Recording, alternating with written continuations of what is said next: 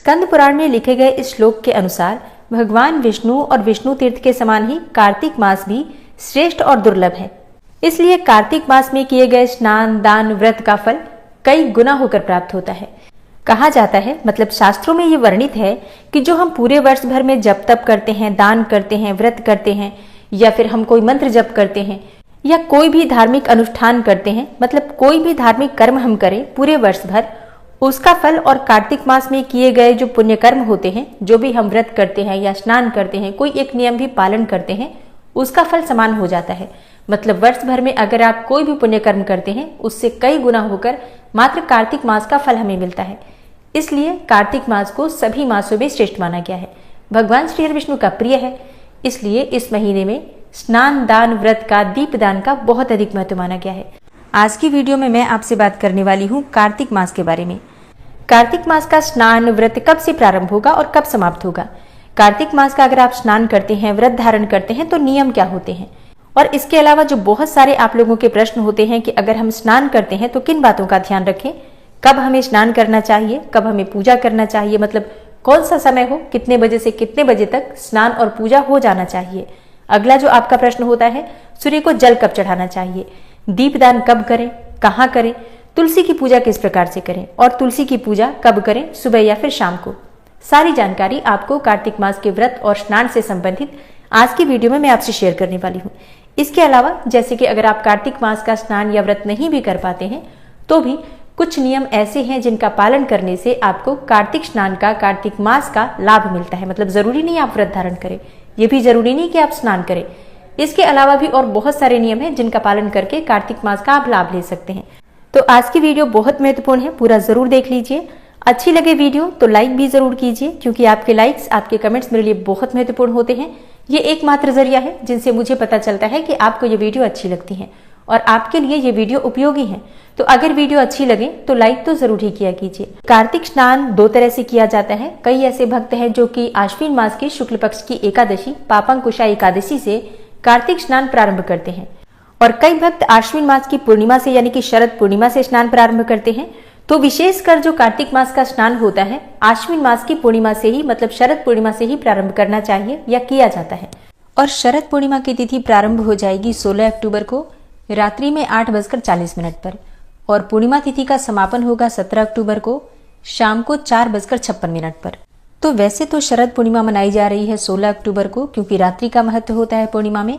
लेकिन जो भक्त कार्तिक मास का स्नान करते हैं वो सूर्योदय कालीन तिथि से अपने स्नान का प्रारंभ करते हैं। तो सूर्योदय कालीन पूर्णिमा हमें प्राप्त हो रही है 17 अक्टूबर 2024 को, गुरुवार के दिन।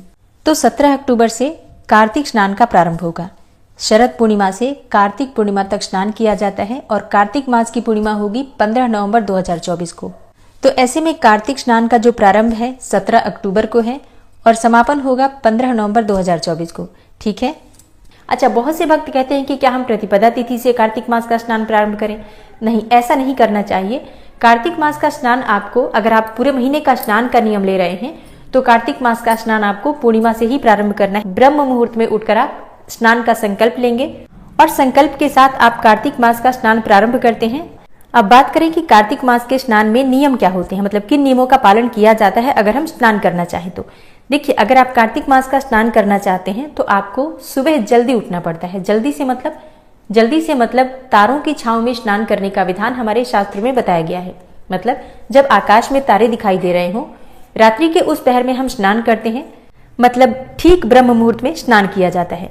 अब ब्रह्म मुहूर्त का समय क्या होता है, क्योंकि कई भक्तों के प्रश्न आएंगे कि कितने बजे से कितने बजे तक हम स्नान कर सकते हैं, पूजा कर सकते हैं। देखिए, सूर्योदय से, मतलब सूर्य निकलने से 1.5 घंटे पहले तक का समय ब्रह्म मुहूर्त कहा जाता है। तो जैसे कि अभी 6:30 बजे, मतलब 6:30 पर सूर्योदय काल का समय है, तो इसके अनुसार 5 बजे तक हमारा स्नान, कार्तिक मास का स्नान हो जाना चाहिए। मतलब 5 बजे से पहले आपका स्नान हो जाए, इस बात का ध्यान रखिए। 5 बजे से आगे समय नहीं होना चाहिए। तो कार्तिक मास के स्नान का जो समय होगा वो 4 बजे से 5 बजे के बीच में होगा। तो इसके लिए आपको जल्दी उठना पड़ेगा, 4 बजे से पहले उठना पड़ेगा, या फिर 4 बजे तक तो उठ ही जाना पड़ेगा। इसके बाद आप जैसे कि अपने घर में झाड़ू लगाएंगे, नित्य कर्मों से निवृत्त होंगे और स्नान कर लेंगे। सुबह उठकर बहुत ज्यादा साफ सफाई नहीं करना है आपको, लेकिन बासी घर में पूजा नहीं होती है, इसलिए झाड़ू जरूर लगा लीजिए। इसके बाद आप स्नान कर लीजिए। अब इन कामों को करने के लिए जितना आपको समय लगता है अपने अनुसार देख लीजिए। उसके अनुसार आपको अपने उठने का समय निर्धारित करना है ताकि आप 4:30-5 बजे से पहले स्नान कर लें। और हाँ, स्नान करते वक्त आपको ध्यान रखना है, आपको अपने जल में गंगा जल मिलाकर स्नान करना है। मतलब सबसे पहले पात्र में गंगा जल डाल दीजिए, फिर जल से भर दीजिए, फिर आप स्नान कीजिए। क्योंकि देखिए, शास्त्रों में कहा गया है कि कार्तिक स्नान किसी नदी या सरोवर में करना चाहिए, लेकिन ऐसा बिल्कुल भी संभव किसी के लिए नहीं हो पाता है। सब लोग कार्तिक मास में किसी नदी या सरोवर में स्नान करने रोज नहीं जा पाते। हाँ, इतना जरूर करना चाहिए कि पूरे महीने में जब भी आपको मौका मिले, कोई भी शुभ तिथि है तो उस दिन जाकर, अपने घर के आसपास कोई नदी है तो वहां जाकर स्नान कर लीजिए। लेकिन प्रतिदिन स्नान करते समय गंगा जल अपने जल में मिलाकर स्नान कर लीजिए। इससे भी आपको गंगा में स्नान करने का पुण्यफल प्राप्त होता है। स्नान करने के बाद साफ स्वच्छ वस्त्र धारण कर लीजिए। इसके बाद भगवान श्री विष्णु की पूजा करनी चाहिए, तुलसी की पूजा करनी चाहिए, सूर्य देव को जल देना चाहिए। ये 3 काम प्रतिदिन नियम पूर्वक करना चाहिए अगर आप कार्तिक मास का स्नान कर रहे हैं तो अब जैसे कि कई भक्तों के प्रश्न आते हैं कि कितने बजे तक हमारी पूजा पूर्ण हो जानी चाहिए। देखिए, स्नान का एक निश्चित समय है कि आप ब्रह्म मुहूर्त में स्नान कर लीजिए। उसके बाद फिर पूजा आप कितने समय तक भी कर सकते हैं। जैसे कि स्नान के बाद आप जब पूजा पर बैठते हैं तो कितने नियम आपने ले रखे हैं, कितने माला आपको मंत्र जप करना है, कौन सा पाठ आपको करना है, इसमें कितना समय लगेगा, ये पूरी तरह से आपके अपने ऊपर निर्भर करता है। बहुत से भक्त हैं जो कि बहुत अधिक माला करते हैं तो उनका समय ज्यादा लगेगा। बहुत से भक्त हैं जो कि रूटीन पूजा करेंगे, सिर्फ भगवान श्री विष्णु की पूजा करेंगे, तुलसी की पूजा करेंगे, सूर्य को जल देंगे, तो उनका समय कम लगेगा। तो ये पूरी तरह से भक्तों की अपनी क्षमता पर और अपनी कार्यशैली पर निर्भर करता है। वैसे अगर आप कोई महिला हैं और आपके छोटे बच्चे हैं, स्कूल जाने वाले हैं, तब भी अगर आप ब्रह्म मुहूर्त में उठकर स्नान करके पूजा करते हैं तो आपके बच्चों के स्कूल जाने से पहले आपका स्नान पूजा सब हो जाता है। आप आराम से टिफिन बनाकर बच्चों का और बच्चों को स्कूल भेज सकते हैं। अब जैसे कई भक्तों के प्रश्न आते हैं कि भगवान सूर्यदेव को जल हमें कब देना चाहिए, भगवान विष्णु की पूजा से पहले या फिर बाद में। देखिए, वैसे जब आप ब्रह्म मुहूर्त में स्नान करते हैं उस समय भी आप चाहें तो सबसे पहले भगवान सूर्यदेव को जल दे सकते हैं, कोई समस्या नहीं है।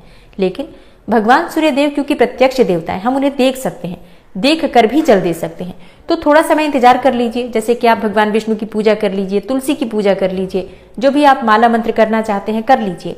जब भगवान सूर्यदेव उदित होते हैं तो उनको देखकर, उनके दर्शन करके जो हम जल देते हैं उसका जो लाभ हमें मिलता है वो वैसे नहीं मिलता है जो हम ब्रह्म मुहूर्त में देते हैं। तो प्रयास करना चाहिए दर्शन करते हुए हम भगवान सूर्यदेव को और जल दें। लेकिन फिर भी मैं आपसे कहूंगी कि आप लोग अपना समय देख लीजिए, जब आपके पास समय हो। अगर आपके पास सुबह सूर्योदय काल में समय नहीं हो पाता है जल देने का तो आप ब्रह्म मुहूर्त में भी भगवान सूर्यदेव को जल दे सकते हैं।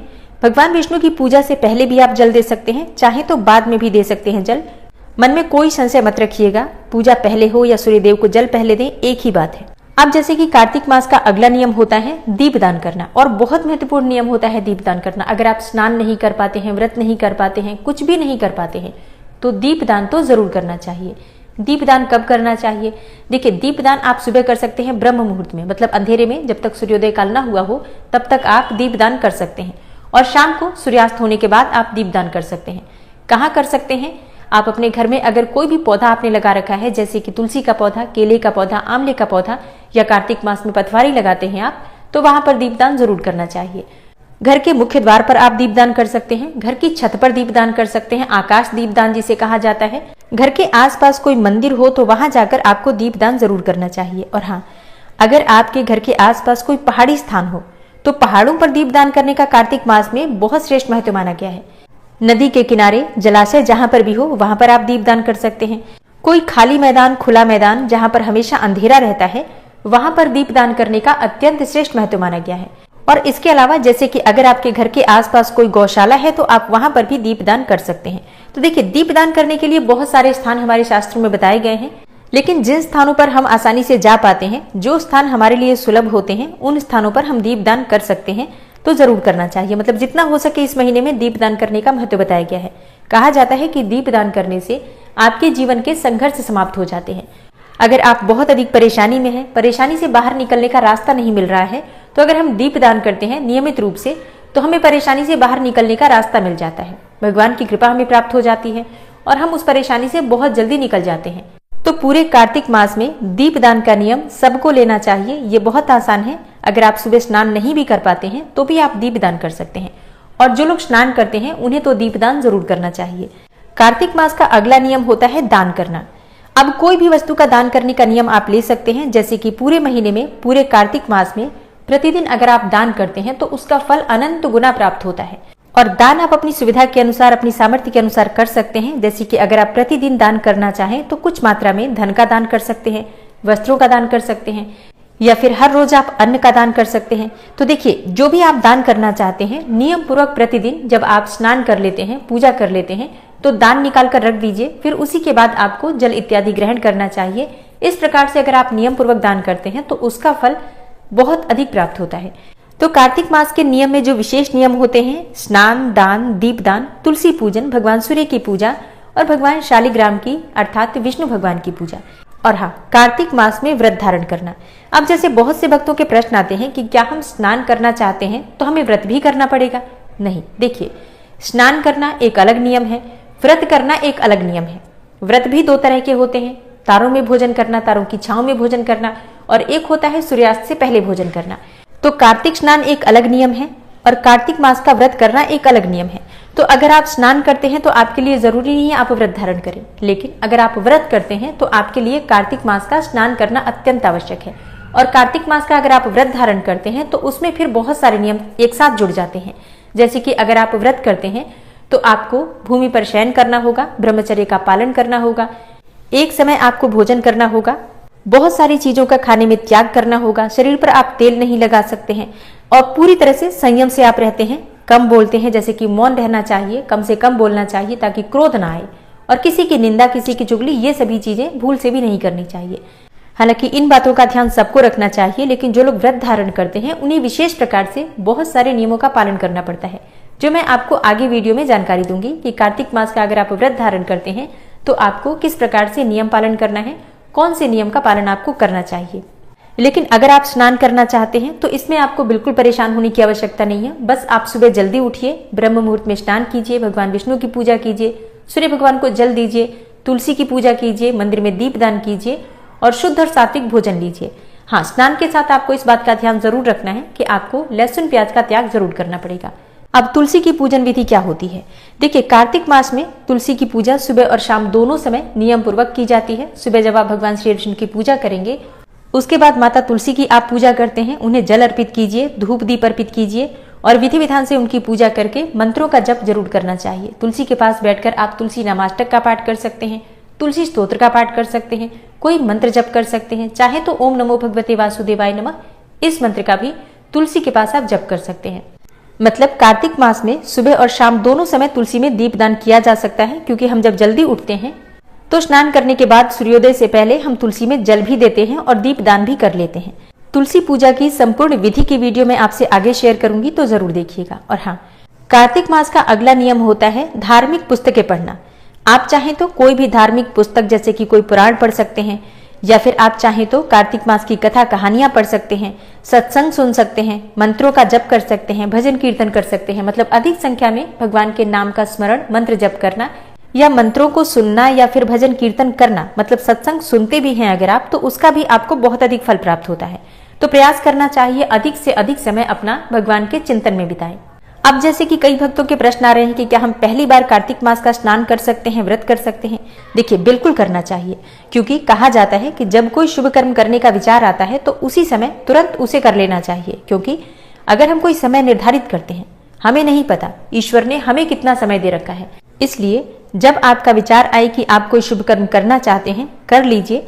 जब हम कोई शुभ कार्य करते हैं तो वो समय, वो दिन अपने आप ही शुभ हो जाता है। तो बिल्कुल आप पहली बार स्नान कर सकते हैं, व्रत करना चाहें तो व्रत भी प्रारंभ कर सकते हैं, कोई समस्या नहीं है, कोई संशय नहीं है। आप सब जरूर कीजिए स्नान, कम से कम स्नान तो हम कर ही सकते हैं। व्रत अगर नहीं भी धारण कर पाते हैं आप किसी भी कारणवश, क्योंकि व्रत में बहुत सारे नियम होते हैं, तो सबके लिए आसान नहीं होता पालन करना, लेकिन स्नान करने में बहुत अधिक नियम नहीं है। आप लोग कम से कम ब्रह्म मुहूर्त का स्नान अवश्य कीजिए। उम्मीद करती हूँ ये वीडियो आपके लिए उपयोगी होगी। इसके अलावा कोई भी आपका प्रश्न हो तो आप कमेंट बॉक्स में जरूर लिख दीजिए, ताकि उस विषय पर आपको कार्तिक मास प्रारंभ होने से पहले वीडियो मिल जाए। और हाँ, प्रतिदिन कार्तिक मास की कथा, कहानियां, महात्म, ये सभी वीडियो आपको हर रोज इस चैनल पर मिलेगी। आप लोग बस एक समय दे दीजिए कि किस समय आपको वीडियो चाहिए। सुबह